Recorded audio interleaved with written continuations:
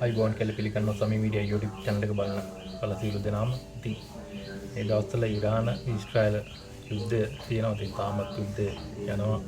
ගොඩක් දේවල් විනාශ වෙලා තියෙනවා. මේ අතරේ ඉරානයේ තියෙනවා කරන්ෂා නමින් හඳුන්වන මිසයිලයක්.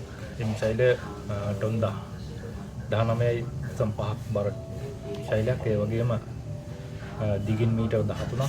ඒ වගේම කිලෝමීටර් 2000ක ඉලක්කයක් හඹාගෙන යන්න පුළුවන් මිසයිලයක් තමයි මේ කරන්ෂා කියන ඉරානයේ සතු තිබෙන මිසයිලය. ඉතින් ඒක ගැන තමයි අද කතා කරන්න යන්නේ. ඉතින් බලන්න මේ වීඩියෝ එක.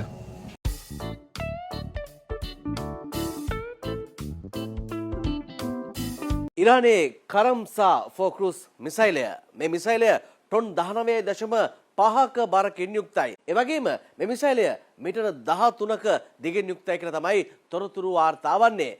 මේ මිසයිලයේ මීටර 1.5ක විස්කම්භයකින් යුක්තයි නිෂ්පාදනය කිරීමේදී සකස් කරලා තියෙන්නේ. ඒ වගේම මේකට යන්න පුළුවන් දුර තමයි කිලෝමීටර් 2000ක උනත් ඉලක්කයක් හඹාගෙන යන්න මේ මිසයිලයට හැකියාවක් තිබෙනවා. ඒ කියන්නේ සාමාන්‍යයෙන් ඉරානයේ ඉඳලා ප්‍රහාරයක් දියත් කරොත් මේ මිසයිලයට පුළුවන් ඊශ්‍රායලය, ඊජිප්තුව, ඒ විතරක් නෙමෙයි සෞදි අරාබියේ උනත් තියෙන ඉලක්කයක් හඹාගෙන යන්න.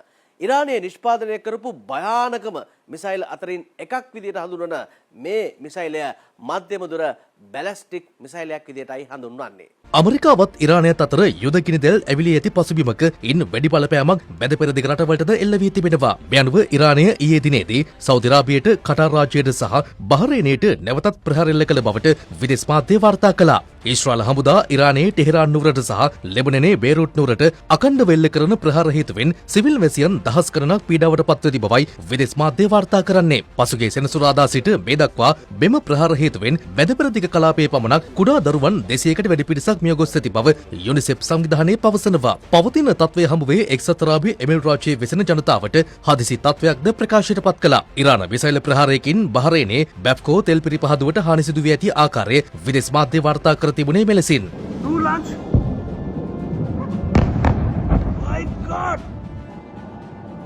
கட் பண்ணிட்டி